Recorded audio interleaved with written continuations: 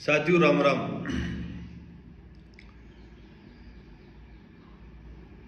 सामरिया के पास अंधारे की झूपड़िया के अंदर गरीब किसानों की 300 साल पुरानी जमीन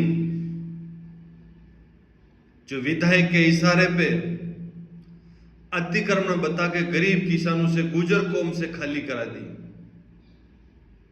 साथियों ठीक है, इन्होंने बताया कि अतिक्रमण है, गोचर की जमीन इन लोगों ने कब्जा करके बैठे, लेकिन साथियों 300 साल से वो जमीन पे लोग बैठे थे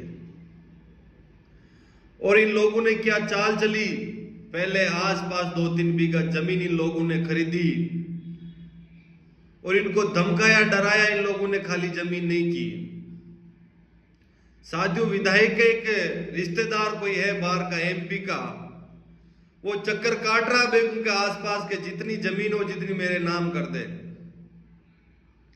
आखिरकार वो जमीन वो नाम इन गरीब किसानों के नहीं हो पाई 300 साल से, अब रजिस्ट्रियां होना चालू हो गई है। विधायक के रिश्तेदार के वो जमीन चालू हो जाएगी और कुछ दिन बाद वहां थ्रेशर पड़ जाएगा, पत्थर निकलना चालू हो जाएगा, गिट्टी बन जाएगी और इन लोगों के वहां दलाली चालू हो जाएगी। ये दुर्भाग्य देखो साथियों बेगू का, जो कोई बोलने वाला नहीं है। अगर कोई गरीब किसान का बेटा ये आवाज उठाने आता है तो उसके खिलाफ मुकदमा कर देते हैं, जेल में डाल देते हैं और फर्जी मुकदमा करके उसकी आवाज को दबाने का काम ये लोग करते हैं। लेकिन विधायक महोदय, मैं आपसे कहना चाहता हूं, ये नरेश फौजी की आवाज गरीब किसान के लिए है, नौजवान के लिए आपसे दबने वाली आवाज नहीं है। हथकड़ी लगा देना, जेल में डाल देना वो मर्द का श्रृंगार है। हम जेल में जा सकते हैं, कोई गलत काम करके नहीं गए जेल में। और भेज देना कि आप सोच रहे होंगे कि आवाज नहीं उठा रहा है, डर गया। इस नरेश फौजी के खून में आवाज वो रग नहीं है जो डर जाए। इस मेवाड़ की मिट्टी के लिए कितना ही अत्याचार कर दो, हमारी आवाज बुलंद रहेगी हमेशा। नौजवान के प्रति आपको सोचना चाहिए। अरे आप लोगों ने क्यों किसानों की जमीन लूट रहे हो? आप यहां जमीन लूटने के लिए आए हो? आखिरकार किसानों के प्रति आपकी भावना होनी चाहिए थी। हजारों लड़के जेल के अंदर बैठे हैं, बेचारे किसान अफीम की खेती करते हैं तो कहां जाएंगे? उनके नाम पे उनको जेल में डाल के रख रखा आप लोगों ने। पैसे लूट रहे हो, कोई आवाज उठाने वाला आए तो उसको जेल में डाल दो। तुम्हारी तानाशाही नहीं चलेगी। ये देश आजाद है, बाबा साहब ने संविधान बनाया है, आवाज उठाने का सबका अधिकार है। हम आप लोगों से डरेंगे नहीं है। आपके कहीं दिमाग में फतूर है कि हम नरेश फौजी को डरा देंगे, धमका देंगे, डर जाएगा? नहीं डरेगा, 1000 बार जेल में डाल देगा। बेगू के गरीब किसान नौजवान की आवाज उठाऊंगा। जब तक इस शरीर में रक्त है, सांस की धड़कन चलेगी, इस मेवाड़ की मिट्टी के लिए कुर्बान होने के लिए तैयार। लेकिन गरीब किसान नौजवानों के साथ अत्याचार नहीं होने देंगे।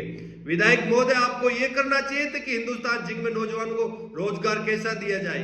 नहीं, नितिन में कैसे गरीब किसानों को, लड़कों को सुपरवाइजर बना जाए। पढ़े लिखे बेगू में नौजवान नहीं है क्या?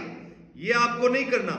आपको दलाली कैसे करनी है, लूटना कैसे है, पैसे के थैले भर के और दूसरी कंट्री में घूमना है लोगों को पैसे से। इसलिए आपको विधायक बनाया बेगू की गरीब जनता ने। अरे जोली भर के वोट दिया था आपको कि पहले वाले से ये ठीक रहेगा, लेकिन आप तो उनसे भी भारी लूट मचा दी, जगह जगह दलाल बिठा दिए, आपस में समाज को लड़ाने का काम और जमीन को छीन रहे। वो जमीन गरीब किसानों की है, मैं आपके दलाल को उस जमीन पे कब्जा नहीं करने दूंगा। उन गरीब किसानों की जमीन है, वो जमीन उनकी ही रहेगी, कितनी ही आप कोशिश करना। साथियों, ये आवाज आप लोगों के लिए, बेगू की 36 कौम से मेरा निवेदन है, ये भाई आपके लिए हमेशा तैयार रहेगा। ये सेना कभी कमजोर नहीं होगी। इस मिट्टी के लिए बलिदान देने के लिए मैं तैयार हूं, लेकिन चोरों के सामने मैं कभी सिर नहीं झुकाऊंगा। मैं सिर झुकाऊंगा बानोड़ा बालाजी के दरबार में, सिर झुकाएंगे गरीब लोगों के सामने। इन चोरों का इलाज करने के लिए हम इस मेवाड़ की मिट्टी में जन्म लिया है। मिट्टी हमारी और सुकवाड़ा के किसी नाम आदमी के नाम हो जाएगी, नहीं होने देंगे। तुम्हारे से पहले भी कोई आया था, वो भी इसी रास्ते चला था, जनता ने सबक सिखा के ठिकाने लगा दिया। ये हम नहीं होने देंगे।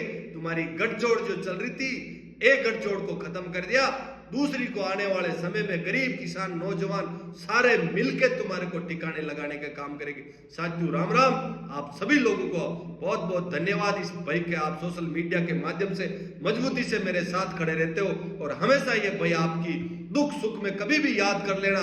36 कौम के नौजवानों, मैं आप सब लोगों के लिए खड़ा मिलूंगा। जय हिंद, जय भारत, जय मेवाड़।